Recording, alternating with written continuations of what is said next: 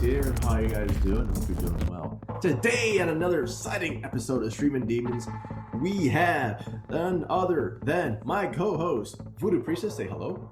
Hello.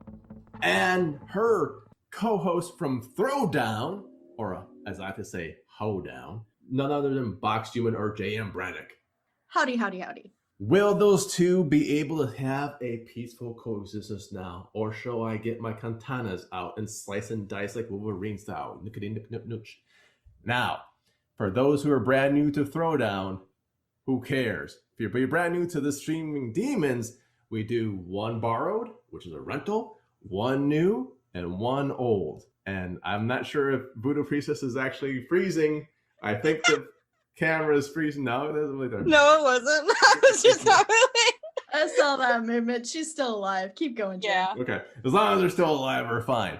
So, as always, because I am a very lazy bear, we let our guest go first. Brannick, take it away. Absolutely. Thank you. I have Sam and Mattie make a zombie movie, which is Sam and Mattie! Oh my god. Okay, hold on. I am jealous. I am slightly peeved, disturbed, maybe even to you because I wanted that movie. I wanted to watch that movie so badly. And I was like, oh, you took it. I did. You took it. I'm a stealer. I take things. Oh my god. I take only good things.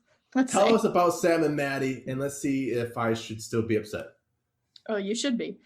Okay, so Sam and Mattie Make a Zombie Movie is a documentary about two BFFs with Down syndrome making a zombie movie.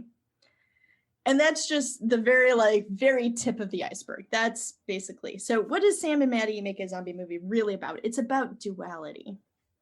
It is, in fact, two movies in one. It's both a documentary and the movie Spring Break Zombie Massacre, which Sam and Mattie made. Spring Break Zombie Massacre. I need to see this too. You do. Everybody should, and everybody should buy it. But it's also about two men, Sam and Mattie, who have different styles, but with one dream, which is to make a movie. It's about laughter and tears, the duality of art, okay, I'm not going to say it, but basically the happy face, frowny face of the art series, because in this, you laugh, you will cry. It is so emotional. But it's also about the duality of having a dream and the success and failure that comes with that dream. And this movie is also about two things that make just a phenomenal story in and of itself, which is heart and grit. We see heart and grit. Wait. Heart and grit.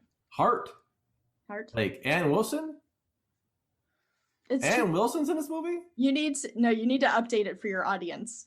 Nobody will get that. It's a heart joke. Oh, you mean the band? Oh, good job. Yeah. Thank you. See? You got one. You got lucky. Yeah. That's all I need. I do have a question. I'm not done. Oh, hold it off. This is what you get for putting your cam on, Edie. Hold it up. You need to hold off your questions. I'm on a roll. I thought that was a chair. So we see the process, the long and winding road to get to the end. We see the struggles they endure to create and ultimately finish this work of art, which is Spring Break Zombie Massacre. Rustling my notes like an asshole.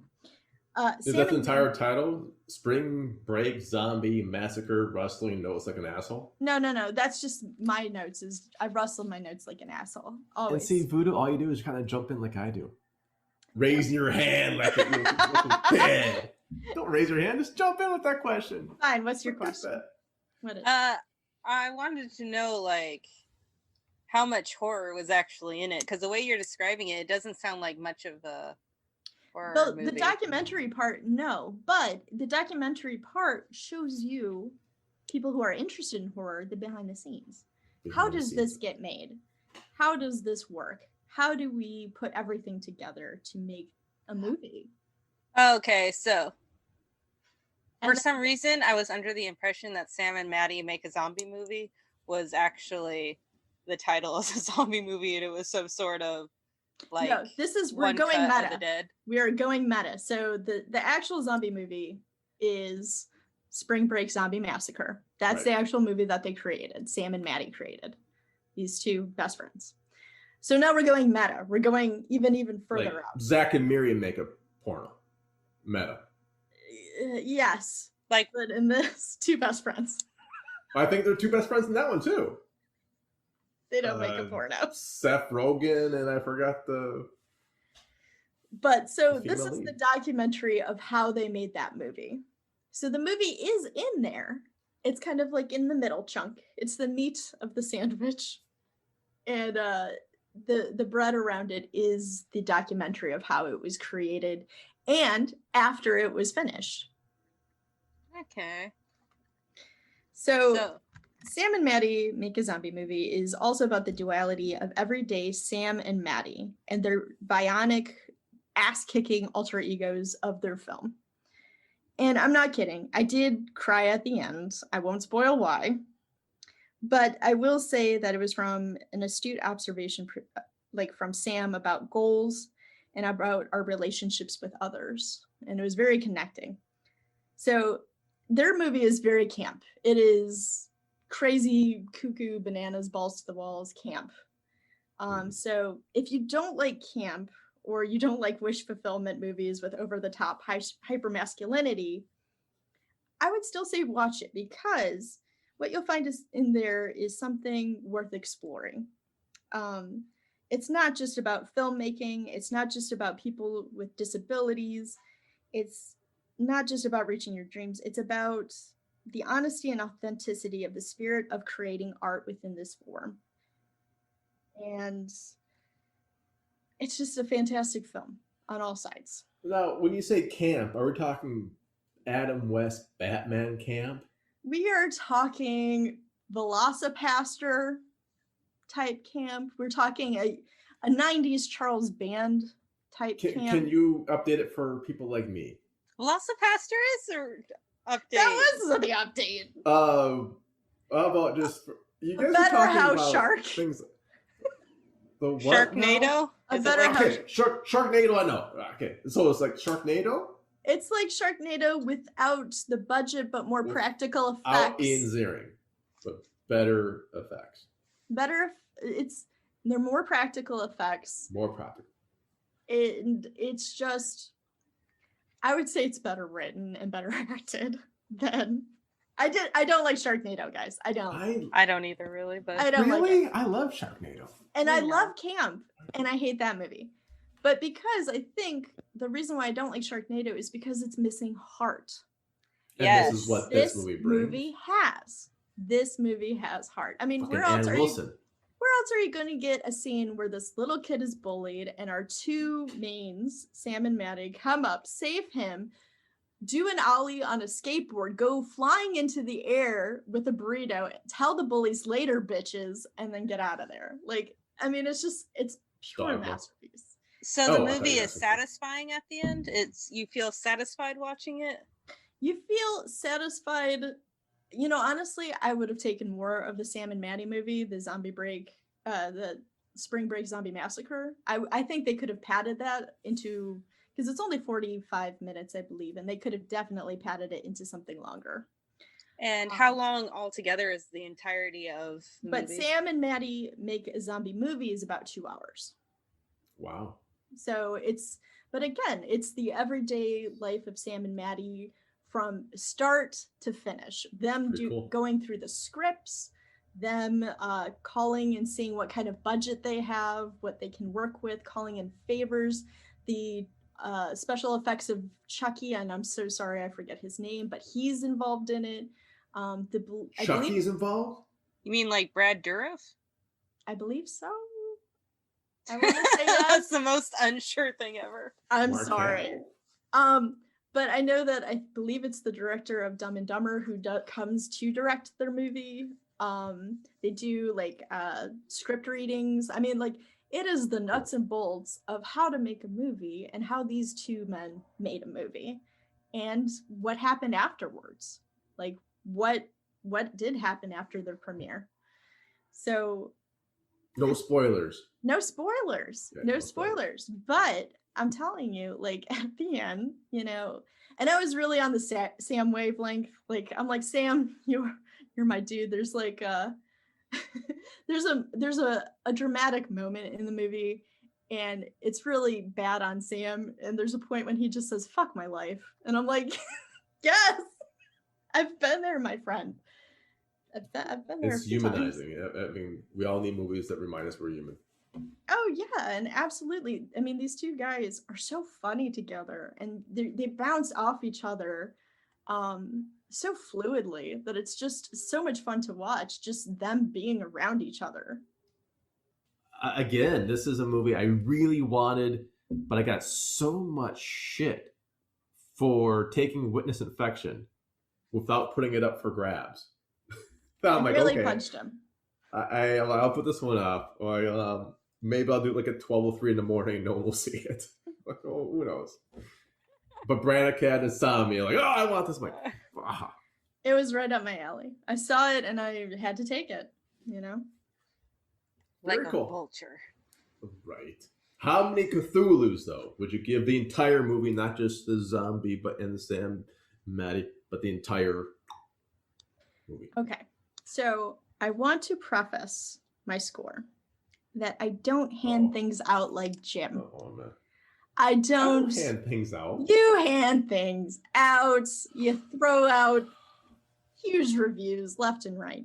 I don't do that. In fact, I have only given this score to one other movie in my 1.5 years of working. That's a fucking shark movie, isn't it? For HauntedMTL. It's 5 stars, like Surf Nazi, or sorry, 5 Cthulhu's, like Surf Nazi. So when I say that this is not a hyperbolic score, I am being dead serious. I am giving it a 5 out of 5 Cthulhu's. Wow, that's like an EV2. That's amazing. That's an amazing score. A 5 out of 5. Holy crow. A 5 out of 5, which I've only given to Surf Nazis Must Die. Yes, which is another camp film. Camp classic. But yeah, I mean, this just, you know, it doesn't pull its punches and it hits like I said, this is a great story. This is a classic story of heart and grit and determination and family and the love of the horror genre. And we need to celebrate it. And it's actually like really gorgeous art. Wow, and Evie doesn't like anything. Evie does not like anything. Holy crow. That's like high praise right there. Official throwdown Evie Brannick tag team stamp of approval right there. Yeah, your embossed stamp of approval. Wow. All right, that's a hard act to follow, so I'm not following it. Voodoo Priestess. You suck. Oh, what movie you did bitch. you watch like 5 minutes ago? Because Voodoo's real movie, by the way, and thanks for again biting the bullet. She can't actually review it until it comes to more streaming locations. Well, yeah. Well, you see, what happened was I went out in the theaters and watched it, and I assumed that because it was in theaters and stuff that it would be streaming places, because since the COVID, that's been happening everywhere. But was it an AMC theater? No, Century. Fuck off my podcast. I don't have.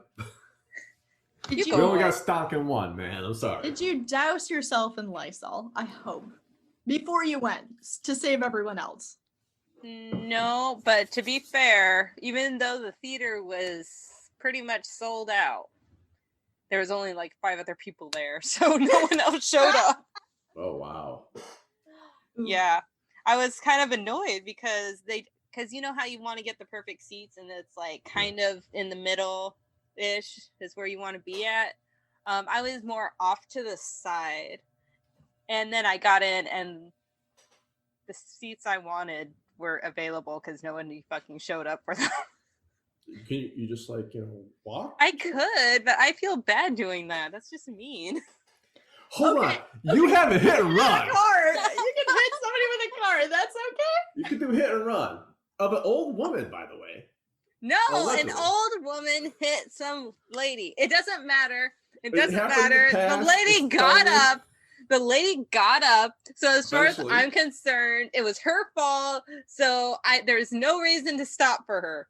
Anyway, let's. She rolled out of the way. She actually rolled over the car. But so what did you end God. up choosing? What did you end up choosing? Yes, I ended up choosing a movie called Scary Bride. That's the name, right, Brandy? Yes, I'm it not touching is. this one. Good job. Yeah. So I didn't realize going into this, but Scary Bride is a horror comedy. And for the most part, the comedy actually sticks. Really? And it has good musical choices or background and ambient music. Now, It is the has- music made within the movie? I won't say the word because I don't want Joe Bob knocking on my door, knocking my teeth in. Or is it music as like a soundtrack? Do you know what I'm saying? Are they turning on the radio and the music comes from the radio? Or is there a band in the background? Or is it just kind of like a overlay? Is it diegetic? Oh, damn it.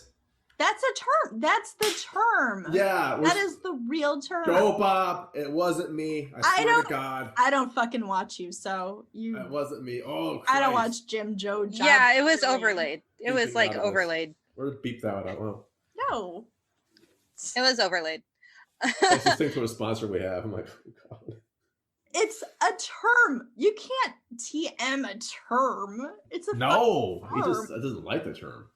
Well, who? But it's fucking overlaid. cares? Okay, so I it's don't overlaid. watch him. Yeah. You should, because I hear Evie Well, I and don't. Payne, and I almost said Ben, but it's Dave. I don't know why I said Ben. Whoever Fuck, we I'm get, like- we don't know That's our all I do. writers. They watch fucking Joe Bob Briggs' Last Drive-In religiously. I myself, it is way too late for me. So you know, Brannick and I are same time zone, and It's not too late for me. I just don't want to watch it. Okay, it's too late for me. I just can't stay up that late. I mean, it ends at 2:30 in the morning for me. I'm sorry. I'm still up just to stay up, so I Just to stay up at 2:30. I can go to sleep. I'm only gonna go to sleep when it actually ends, but I'm not gonna watch it. Mm-mm. Sorry. Anyway, We Scary hijacked Bride. her, yes, Scary Bride. Yeah. Non-diegetic. Got it. Oh, can I beat that Anyway, one out? the movie. I'll make it sound like you're like saying the starts- most filthiest word ever when I edit this. The movie starts with a guy who has just recently been cheated on. He's divorced and sad. And then his friend comes home with a mail order Russian bride. Well, it's not mail order. He just went to Russia This and is like picked a up a real. bride. Hold on. So you can still do this? What website is this? Asking for a friend. Asking for a friend, of course. Did What they get to the movie? card? This No, website. what website is this alleged mail order Russian bride coming from? And can it get past quarantines? I didn't mean mail order. I was just using the term. What he did was he actually went over to Russia and got a bride to bring home. I can see that working. Yeah. Yeah. And so his friend, since our protagonist is so sad all the time, his friend's like, "You should go to Russia and find a bride." And he's like, "Okay." And that's where the story starts. Oh shit! I was almost a friend. Oh wait, my friend was almost that friend, because that friend would definitely have gone to Russia too to get a mail order bride, or sorry, a bride. Yeah. There is one weird thing about the movie is the way people speak. It sounds like it's been dubbed over, except if you like look at the mouth movements, the words are matching the mouths. So I don't know if this was something that they ended up like in post having to dub over a lot of the audio. Is it Italian? Because we found out through Eli Roth, apparently, Italian films have to be fucking dubbed, even though they're made in English sometimes. No. If anything, it'd probably would it have been Russian? Actually, I don't know. No, they did. Yeah. Maybe I'll have to look it up Canadian. later. Because I can't understand them assholes at all. Mm-mm. Not me neither. I dude. just write for their websites. so far we're in Canada. So you're saying Voodoo Priestess, it is a horror comedy. So which part is the mail order, the Russian bride, the horror or the comedy? Basically it's just that whole thing set up is just to get him to Russia. The real horror is his bride, his scary, scary bride. I don't know why they call her a bride. She's literally just a chick that he met and knew for an hour. Sounds about right. Yeah. That's how me and spouse met and got married. That's how most marriage works. If you went to a hotel room once in a while, you know that. Oh. Sorry. No, it's okay. I'll just be alone forever then. Okay, so the scary horror comes from the actual the bride lady. Yes. Okay. I don't want to spoil it because you only find out what's happening. Like that horror stuff only pretty much comes in the last half. Really? Yeah. So it's mostly just the first half is this build up of the protagonist being really sad and trying to sort of get over his wife. Like it starts out with him looking sad, watching other couples be happy, and then it kind of goes into him being really horny and having wet dreams all the time. Or that's the perfect date for me and spouse. I mean, looking at other happy couples and like going home and having wet dreams. Yeah. That's every marriage, right, guys? Yeah. I don't remember. And then when he goes to Russia, that's basically when it all starts. The first 3 minutes of the film, it kind of gives you a setup because it's a chick going shopping and she picks up a pair of hedge clippers. And then it takes another until the midway or last bit of the film for you to find out what's going on with that. She's giving haircuts like Brutus the Barber Beefcake used to in WWF. Which I always figured out, like, why was he using hedge trimmers anyways? That's not a proper barbering tool. They didn't really go to barber school because who the hell was teaching them how to use hedge clippers for barbering? So back in the day, this thing was called wrestling. Okay. It's still going on. The film is like really, it's kind of short. I think it's only like an hour 20, hour 14 minutes, something like that. So it's not like it overstays its welcome or anything. It's when you're in a mood for a horror comedy, I think this one's probably going to be pretty good.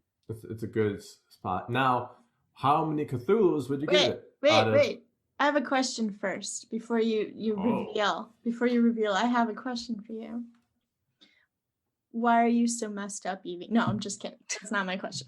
Okay, so my real question is, because they build up this character so much in the front half to be relatable and to like him, is he actually relatable and likable? I say he's a little bit relatable and a little bit likable because he's not like a complete pig or a complete asshole or anything. It just gets kind of weird where at the beginning it starts out with this whole he's been wronged by his girlfriend and he's looking at other happy couples, to him just being like, it felt like he was equating relationships with sex the entire the entire second half. Like every time he was thinking about someone, he was like literally in a wet dream banging his friend's girlfriend who morphed into his old ex, which I can kind of get, as in you're smelled on over that relationship. Then he had some sort of weird 3-way dream. And it's like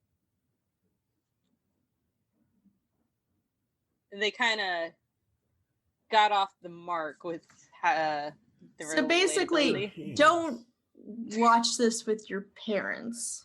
Yeah, don't watch this with your parents. Depending on your parents, man. I don't know. Maybe. I don't know. I've heard Evie, you talked about watching that other one as a child, so who knows? Bad biology? Oh. Yeah, don't watch this with your kids either. Maybe. Yeah. Probably not. Probably not.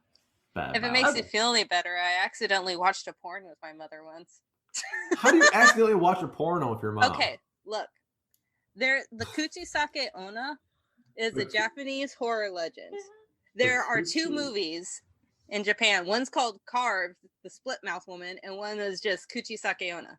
Carved, the Split Mouth Woman, which translates to Kuchisake Onna, by the way, is a horror movie.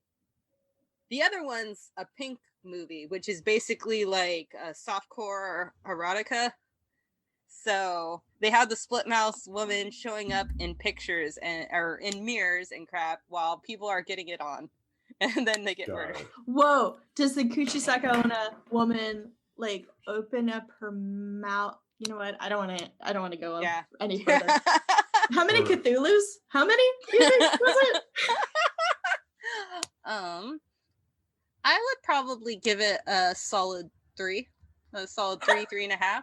A solid 3. I would. Oh, there's a joke here I'm not touching. Please don't. I've had enough from the last. Our HR department says I can't say someone shouldn't give someone a solid 3. No. But that's pretty big for you, Evie. Yeah, it's. I don't regret watching it. I'm not sure if I would rewatch it just because the train is coming. There's and our it's time special to go. guest game. Train agrees. Damn it. I It's the live technical right train. next to it. I'm sorry. No, there's nothing wrong with But that. with everything in the movie, it probably got bogged down by the I can't tell if it was bogged down by the ending or if it was made funnier for the ending, because it's kind of hinted at. I without spoiling, the ending is sort of kind of hinted at, but it doesn't necessarily. It's not necessarily original, and it's a type of ending I hate. So, is it a happy ending? Is I that was saying, no happy ending involving little kids going, "Yay! Everyone gets Christmas." don't spoil it. We'll Yeah, just I say won't it's a happy spoil it. ending. No spoilers, but we're spoiled enough by you giving it such a high rating. Yeah. But that's awesome sauce. Thanks, and thanks again for doing that in short notice. Again, the movie you were wanting to do, we'll do next time. Hopefully we'll do next time out. by then, because I want to watch it too. Then, and that leaves me. Arrow gave me this movie. I did put this out for like 5 seconds inside the chat room. First, Threshold, 2021. Now, the thing about Threshold that really got me, I think, Brannick, you'd really like their poster. That's kind of a cool poster. But B, I'll just read it from their little Venmo or Vimeo thing. Improvised, shot on 2 iPhones over the course of a 12-day road trip with a crew of 3, Threshold follows a sister claiming to be cursed as she persuades her brother to embark on a cross-country trip to break her spell.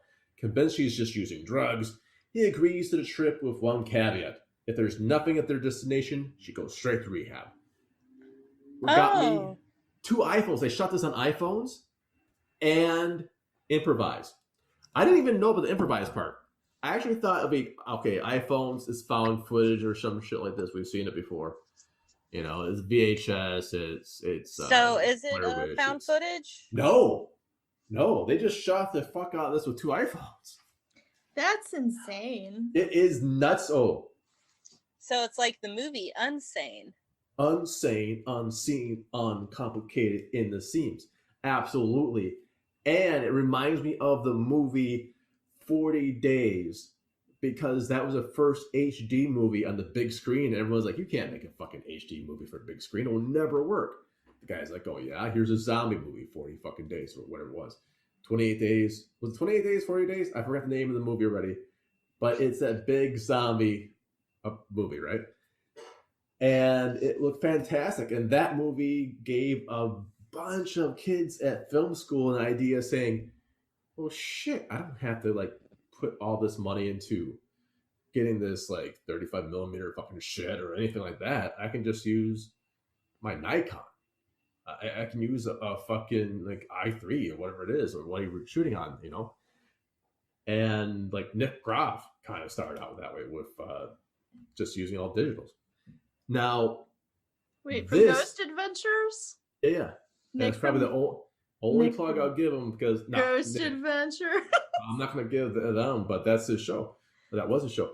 But that's where a whole group of film students thought, like, shit, now I can do this too and make it big. And his first stuff was not Ghost Adventures, by the way. It was actually a feature film. I know. I just want to give you shit. All good. Now, for the iPhones, it was bizarre because I was watching this movie. I'm thinking about the movie and about the improvisation, which I didn't kind of get until later on. Like, oh, I paused the movie once and did something. Oh, improvise, cool. I'm trying to figure out where they put the iPhones and how they would edit this and what it's going to be. And it came out really well done. For shooting with 2 iPhones, it came out really well done. To the part where I'm like, maybe bullshit, but probably not. That's how well they did it. You're like, the editing is phenomenal. It doesn't seem like you should be able to do this on iPhone, but it's 1,000%. Apple is one of their sponsors at the end. It's 1,000% fucking iPhone done. And that means there's no excuse. There's no excuse to make any movie. I need a big. You don't need anything. You need a fucking phone. That's all you need now. Now, the improvisation, I will say right now, those 2 actors carried the movie through improvisation, and that's awesome. Sometimes things fell flat a bit, but not much. A lot of the things that they did hit. A lot of the things were real. A lot of the things were really engrossing, which was amazing to see as well. I'm seeing some no's from Brannick. What's up, Brannick? No, because she's just eating. Oh, Voodoo's eating? Voodoo can eat. She's a person. No. Oh my God. When she plays Pokemon Go or anything. I am. I'm like, no. I'm listening to you, Jim. I'm listening. It's the improv is very good. Well, and honestly, improv is so hard to do sometimes. And I can only imagine all the things that they had to cut. And when you're talking about the editing, like how difficult that would be. The editing is amazing. It really is smooth cut. And you can see where they did use just 2 iPhones. You can see the angle is this set angle when they're talking to one person, and you got the cross angle here. But I was trying to catch even small things like, well, the iPhone has to appear somewhere in frame, but it doesn't. They might have edited that part out because there's some mirror work there too. The improv, they did have a little bit of a poster note on where they wanted to go with the movie. And I'm reading from a review. I didn't know this until I read this review. Until the 3rd act. In the 3rd act, they kind of let it a little bit looser. And that's actually where I have the most issue with this movie. I enjoyed the ride. I think it was a great build-up. It is not rated, but it would have an R for male frontal nudity. Hey, I'm not okay. I'm going to sound weird, but I am always appreciative of that because we've seen so much female nudity throughout the years, which again, I don't mind. But... She doesn't watch, or they don't watch the drive-through, but Darcy loves talking about this kind of stuff. Male frontal, yeah. I think I think Darcy should watch this movie, absolutely. And this is something that they also do a language. They would get different language R as well. Not so much they say a bunch of F-bombs or like that, but they say the C word. And that's an cookies? Yeah, but that's good cookies. Enough for me. They say cookies. That is C is for, yeah. That's an auto R. But you have this, and it's smooth. The premise is cool. Because you really don't know if she's just kind of faking stuff or she's just going through a withdrawal. And it's the believable brother and sister thing, and the believable this and the believable setup. It's set in the real world for the most part. And a lot of things like I seen Arizona Charlie's, like, oh yeah, that's Arizona Charlie's. That's off Vegas, sure, why not? But man, that 3rd act is about 4 minutes long.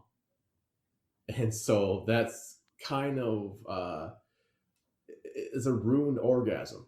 You know? That's like the way to put it. Like, you're almost there, about to bring it off, like, oh fuck it, walk away. Like, dude, what the fuck? I got my hand sanitizer right here from, Protect Your Hands by Wu-Tang Clan. Let's finish this off, baby. I didn't sanitize my shit for nothing. I'm kind of confused that you won't say the word. Why I use hand sanitizer? No, that you won't use the word cunt in the podcast, but you will. You will. My word. But I use climax? No, you'll just use sex euphemisms. Oh, I have no problem with cunt. It's just I was trying to like the C word, like the C word. It actually starts with a Q originally, by the way. Quant. Yeah. Quant. Chaucer. Yeah. Oh, that dude. Yeah, he's a foul mouth. He's a dirty birdie. Empty space. But the third act needs to be longer. It's almost like they're like, oh, fuck it, and we're done. I'm not. That's not spoiling it. I'm not saying what's going to happen, but yeah, and maybe it was just kind of like improvisation ran out, or the plot ran out, or whatever. Other than that, if you're going through the first 2 acts, brilliant. This is spot on. There's some hits, but go for it, Evie. I don't know why I keep bringing this up with both of your movies, but how long is your movie? Well, remember that 3 hard inches you were talking about? This one's only like an hour 10, hour 15 maybe. It's not that long, and that's what I'm saying. It really could have gone like a lot longer. Yeah, and that's longer and stronger. Longer, but they're missing a third. They're basically missing a third act. They get into it and they just stop. And I always say this to spouse, and they always like make fun of me, but this is true. You don't read a book to get to the middle. You don't watch a film to get to the middle. You want to see that end. Yeah, and they could have done it pretty well done. Now, did it take away the enjoyment of the film? No, but damn it, it just really was a ruined orgasm. That's what it felt like. My question is, was it scary? Are people going to be scared? Because that's a difficult, I think, thing, because you can build up tension with an iPhone, I suppose, but can you build up spooky and scariness? I think the most scariest thing about this is probably the guy going through a divorce. and for a guy who's just went through a divorce, that's pretty fucking scary. Anyway, that's why I connected him. Like, he's a teacher who's just going through a divorce. I'm like, motherfuckers. This sounds like hit me where it hurt. Right, so this was in like the Vegas kind of area. This is about Cali. Yeah, that's like exactly. It's like, I've been there. I know what that is. Oh, that's I've seen that mountain before. Like, is this Barstow that they're fucking shooting at or what? Yeah, it's a bit of all that, and it's kind of funny. There's a scene where at the beginning they're like having coffee. She's like, I don't want to drink coffee. I don't want anything in me. And it's like, dude, you're like a heroin addict. Like, really? Coffee's your fucking limit? I'm like, yeah, that's realistic. I've seen this before. Some friends like, oh no, I can't have a Tylenol. I'm like, bro, you just fucking did ecstasy. You can't have Tylenol for your headache? Really? That's your fucking line. Pharmaceutical Tylenol. Okay. So everything was connectable, and I think that's what kind of brings you in. That's kind of what brings you in. And there is a part which I won't describe in detail, but for someone she thinks she's possessed, and one of the things you never do for a possessed person is whip out anything that makes you do automatic writing or some sorts of other, like, contacting demons and stuff like that. Like, oh, that's a great idea. Let's do this. I'm like, whoa, dude, what the shit, man? So you're kind of dabbling with Exorcist. Imagine Exorcist instead of a younger, oh my God, it's no one believes you Exorcist. It's a gaslighting exorcist. It really might be the gaslighting exorcist. Threshold, the gaslighting exorcist. There's your tagline. There you go. Yeah, and it's cool. I love when people can do improv with things. I always love going on set and going, here's the thing, you did it. Great, now let's have fun. This is all apparently, let's just have fun. And because of that, because of the strengths, I'm not going, if this was shot on a traditional budget for traditional filmmaking with a set, it might be 3 Cthulhus. But because of the way they did it with improv and 2 iPhones, 4 out of 5 Cthulhus. But they give you a bump up.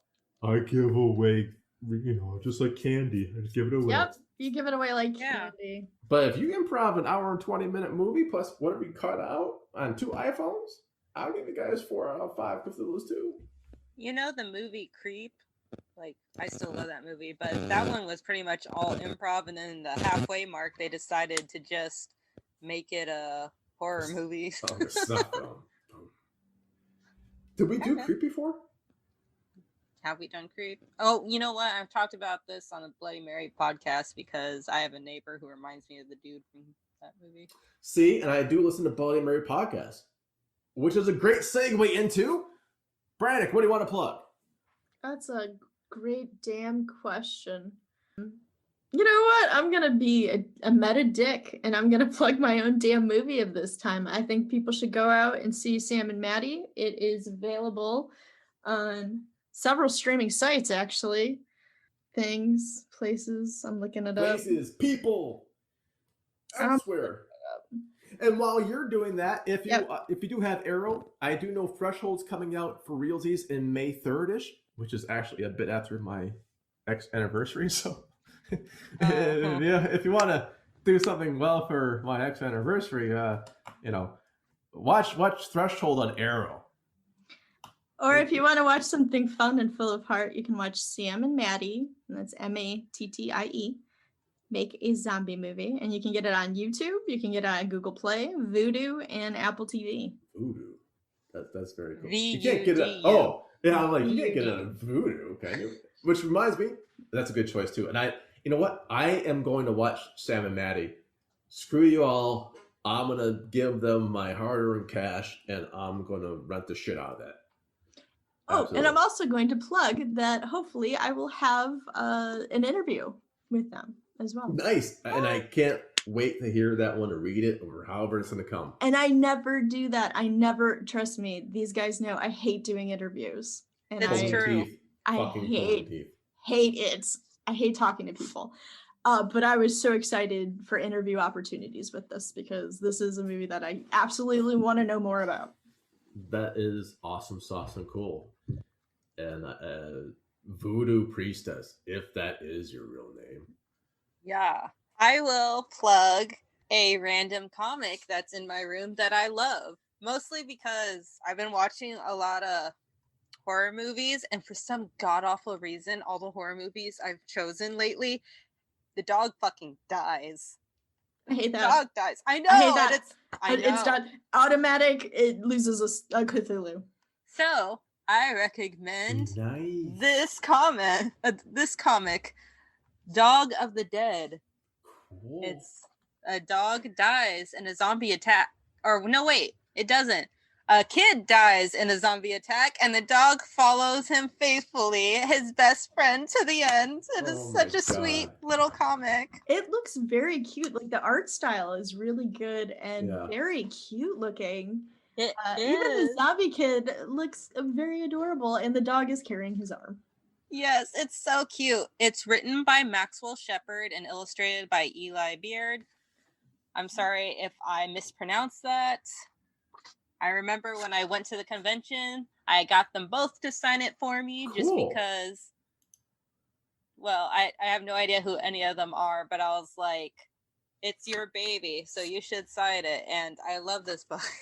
Like, you must sign this. I don't care who you are. But that's awesome. And you should see the way Evie, or Voodoo Priestess, lights up when she said that a kid dies in the beginning. Oh, so happy. The best book in the world. Oh, there's a dog in it too? It's even better.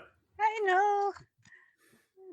That is awesome. And you know what? I think Voodoo should review that for the website, because we need more graphic novels to be reviewed. Aw. Yeah. Agreed. That is so cool. That is very drawing-ish. I like it. Oh, that is super cute. Yeah. Now, is that manga? No, it's an actual American comic. American manga. Comics? Not manga? Manga is different. Is that it's not manga. anime? It's not.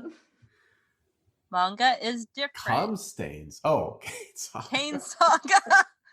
It actually kind of does look like it when you're moving it around. I can see it. Stop showing him your hentai, please. It's not, even though. Ooh, I like this tentacle. It's Oh, very wait, definitely rapey. it's not Yami no Matsue, which is another plug into Bloody Mary's podcast. Yeah, and remember, Yeah. folks, not all tentacles rape. Now, for my plug, as I'm just kind of segueing into this shit, I am going to plug, even though I did not grow up watching Joe Bob Briggs' Last Drive-In or any of Joe Bob Briggs' stuff. I didn't grow up. That was Dave. Dave grew up with all that stuff. I was way too high and drunk, we'll just say. So I didn't see any of that stuff.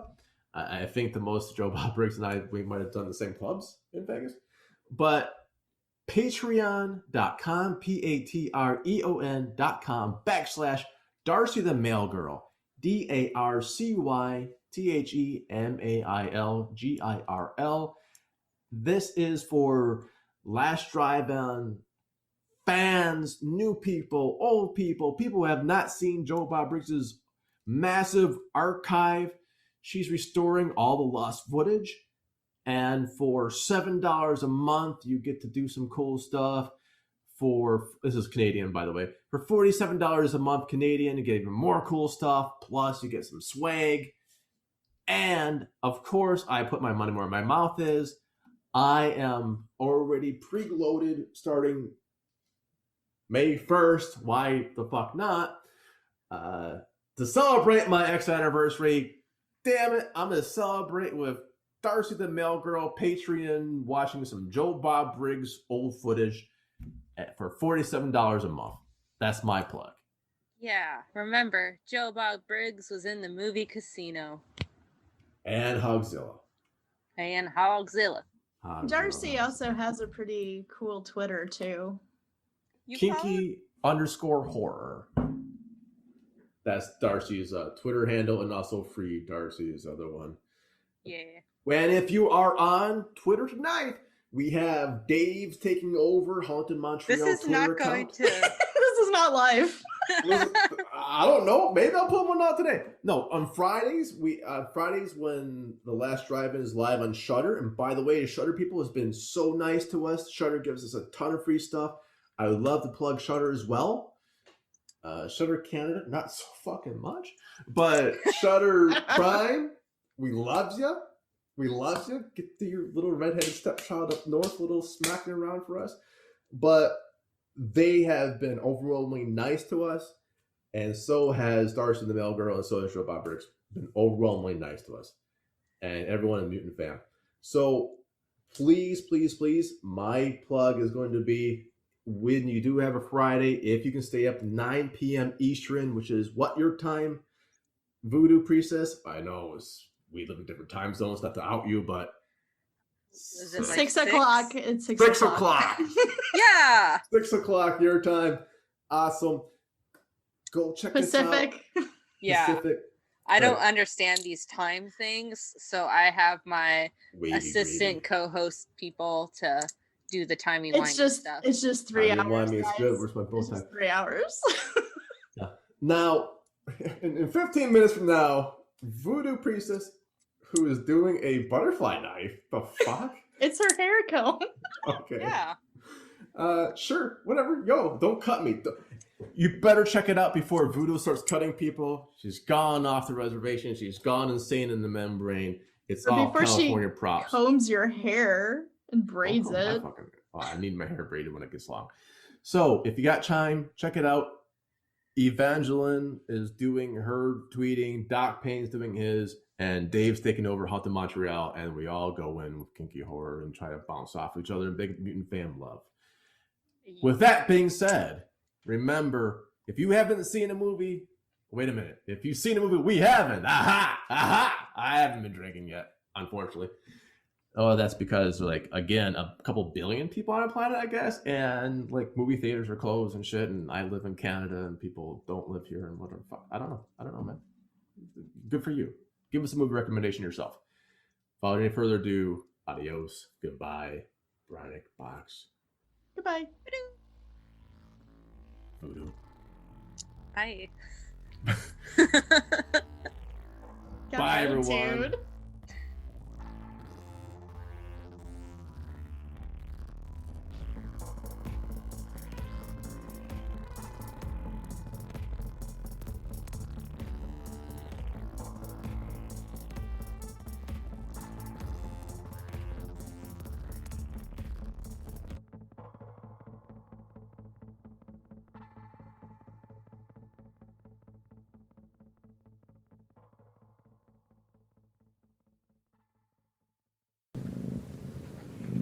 I hear a cat.